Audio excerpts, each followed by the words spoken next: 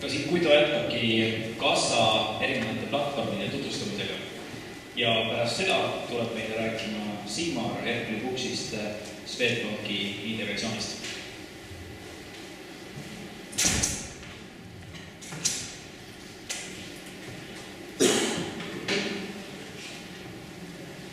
Nii, Sigmar suhtsin aega pidada, enne sain noomida, et mõttes lõhti, aga olen aega. Nii, kassa erinevate platvormid. Kassa on selles mõttes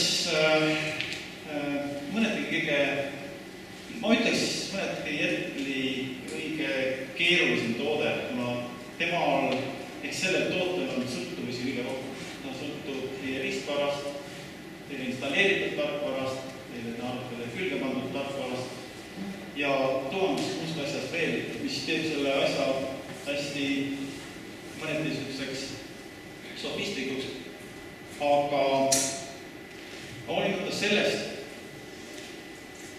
on Herkli kassa paljudel erinevatel platvormide kasutamiseks olemas. Ma annan teile kiire ülevaate, milline on hetke olukord Herkli kassa erinevatel platvormidel. Nüüd räägime natuke lihtsalt pinnapealt, milline see platvormide spetsiifika on, millised on need liidestuse võimalused ja järjekordselt vaatame, mis tuleb võiks tuua. Et ma defineerin selle platvormi ära. Et see ei ole, ma ei pea platvormi algselt silmas operatsioonisüsteemi, vaid sellist kombo operatsioonisüsteemi ja siis arvuti vahel. Ehk siis need kaks asja koos moodustavad platvormi. Hetke olukord PC-tüüpi arvuti peal, mis enamasti töötab operatsioonisüsteem Windows või Linux, on brauseri põhine Herkli kassa täiesti kättesaadav ja kasutatav. Vahest ei ole. Tõsi, mingisugused liidestuse erilised, aga kassa ise töötab mõlemal platvormi samamoodi. Mac-arvutite peal täpselt samad sõnad. Ei ole mitte mingit vahet, on see Windowsi arvuti või siis Maci arvuti. Kassa töötab täpselt samamoodi. Vahesid ei ole. Töötab täpselt sama hästi. Nüüd taklid ja telefonid on võib-olla mõneti teenimatult saanud meil tipa vähe tähelepanu. Kuid sellegi poolest mõlemal tuntud siis platvormile Android ja iOS, ehk siis iPad, iPhone ja tavaarvuti ja Androidi süsteemi ja Android telefon on mõlemal store'is, Google'is, Play Store'is, Apple App Store'is kätte saab kasutada. Kassa oma funktsionaalses mõttes ei ole seal midagi kaotanud, pigem on kitsaskohtadeks liidestuste hulk, mida siis erinevatel seadmetel teha saab. Ja kui me need platvormide spetsiifikasse tsipa rohkem süveneme, siis esimene asi, mis kohe kindlasti ilmselt silma torkab, on see, et ekraani suurused on need platvormide seadmetel tegelikult täiesti erinevad. Me ei saa kuidagi panna võrdusmärki telefoni ekraani suuruse ja siis arvuti tava monitori vahel, ehk siis see seab omakorda piirangud meile kui ka teile. Ühendusviisid on erinevad. Milliseid ühendusi üldse on võimalik kasutada, kõiksugused lisavõimekused ja selline natuke nagu alahinnatud koht on võib-olla siis keskkonnategurid, mis samamoodi tegelikult mobiilseid seadmeid väga mõjutab. Ehk siis täiesti võib sõltuda, kas ma olen metallist ruumis või puidust ruumis.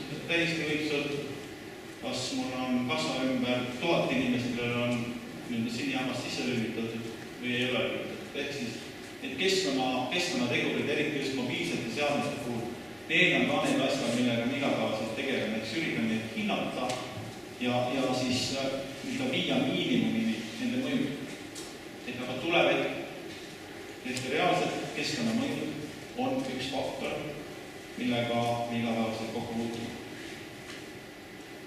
Ja ilmselt see ei ole kellelegi väga suur uudis, et operatsioonisüsteemi uuendus võivad kaasa tuua uusi piiranguid, mida me ei ole varem ette näinud, aga nüüd on operatsioonisüsteemi arendajad näinud siis turvalisuse või mingil muul põhjusel ette mingisuguseid piiranguid. Tõsi? Need ei ole ausalt piirangud. Paatihti on ka selliseid meeldivaid üllatusi, kus tekib juurde uusi kasulikke lisavõimalusi, mida me saame teile olla. Ehk siis me saame oma toodete võimekust oluliselt tõsta. Ja seda kõike siis teiega jagada. Integratsioonidest, mis siis EPI kasvatas liidestused toimivad, siis EPSist oma eelnevas ettekandes põgusalt rääkisin, EPSi kohalist teemalist ettekannet täna ei tule.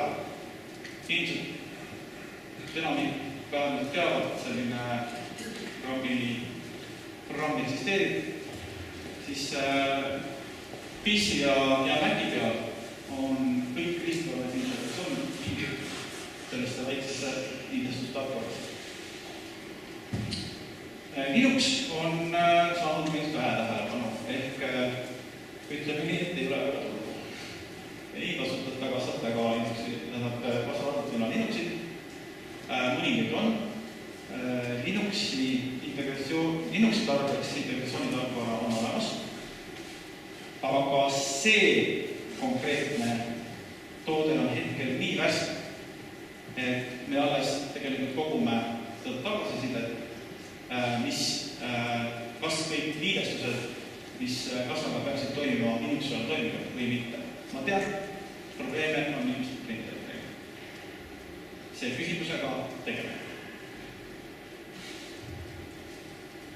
Stories toetavatel rakendustel on integratsioonid kaasad. Mida see siis tähendab? Tähendab seda, et kui te laete EPI kassa, me installeerite EPI kassa tahvelarvutis, siis telefoni, siis kõik integratsioonid, mida see kassa mobiilses seadmes teha saab, on juba selle tarkvaras sees olemas. Ja puudus selle asja juures ongi see, et me oleme mõneti võib-olla teenimatult seda tähelepanu pööranud mobiilsetele seadmetele teatud valdkondades, siis neid integratsioone, siis millega meie mobiilne seade saab suhelda, ei ole nii terviklik kui siis tavaarvutite peal. Aga mobiilsete seadmete prioriteet on meil tõsiselt kasvanud. Ja kõik nemad integratsioonide pluginate, ehk siis see osati otsapidi eelmise ettekandesse, on saadavad kõikidel platvormidel. Vahet, kas te kasutatud telefoni, tahtid, tavaarvutit, kui te olete installeerinud kasvaste lisamooduli, see töötab kõikidel platvormidel ja võrguta tugi on olemas.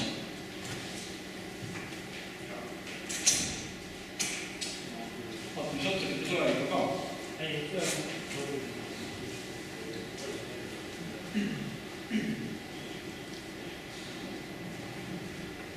Integratsioonide ühtlustamine, see on täpselt see sama teema, mida ma põgusalt juba puudutasin, et vaestamise osas olevad mobiilsed seadmed saaksid täpselt sama võimalustada. Meie üldine eesmärk on see, et vahet ei ole, millist platvormi te kasutate. Võimekus kõikide nende platvormide on sama. Et kui seal ei oleks mingisugust otsest riistvara piirangut, siis muud võimekused, et ma saaksin telefoniga teha kaardimakseid, miks ka mitte printerisse midagi saata ja muud taolist, siis see on eeldus väga fookuses.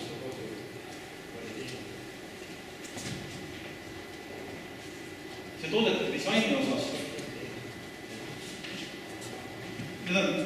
see on mõnetele toores mõte, aga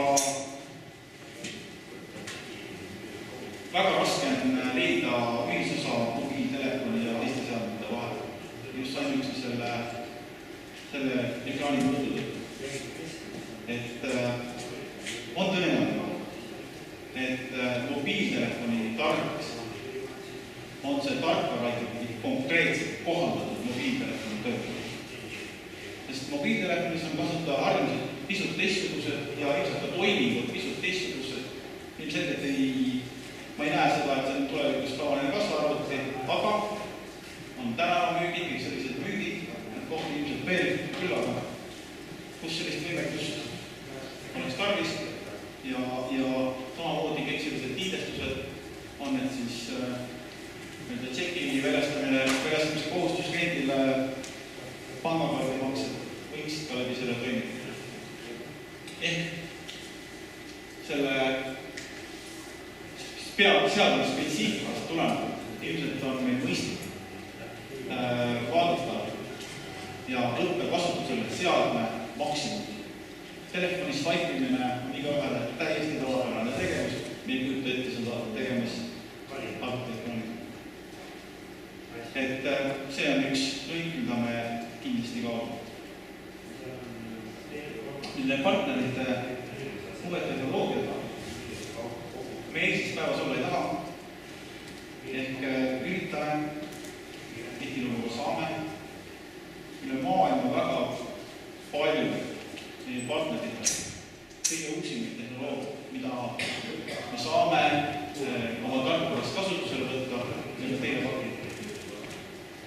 Et me pigem üritame olla teatud tehnoloogiate üles piloodid, kui et siis tarka järgi mingisugust uut tehnoloogiat kasutusele võtta.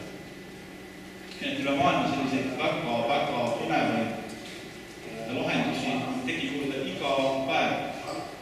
Ja just Ameerika Ühendriikidest tuleb sellist väga põnevat viis või ka kõik erinevaid teistsuguseid liidestusvahendeid igapäevaselt väga huvitav. Eestis, ma ütleks, et mõneti ollakse pool sammukist tagapool, mitte nüüd ei sõrgita, aga on jäädud nagu mõneti kivisse, ehk siis maksmine on sama igav, nagu ta oli 90 pangakaart peaks silmas. On lahedamaid, on mõnusamaid ja palju kiskemaid viisi. USAs on need paadihti kas tulnud või tulevad kasutusele, osa neist ka peilivad, ehk siis kasutusse ei jõuagi. Aga meie igal juhul kogu aeg pidevalt koos oma partneritega üritame tuua ka Eesti turule kõige õugemat tehnoloogiat, mis vähegi on võimalik pakkuda.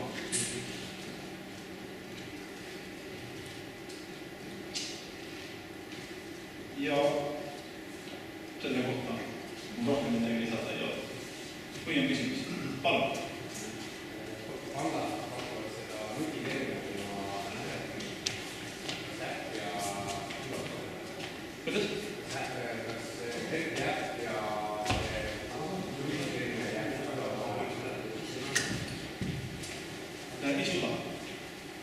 ei suuda, aga peaaegu suuda. Ma olen hästi suurest prioriteedis pannud, mis siis seadnud selle, et vahet ei ole, mida siis seadete kasutajate. Teil need võimalused oleksid sama. See on nüüd natukene jäänud nokkama, aga igapäevane töö selle nimel käib. Et kokkuvõttes peaksimegi jõudma sellisesse tulemusse, kus telefon, tahvel või tavaarvuti vahet ei ole. Sul on terminal, sul on printer, saad seda kasutada. Et see on see peaeesmärk. Kas on meil küsimus? Siis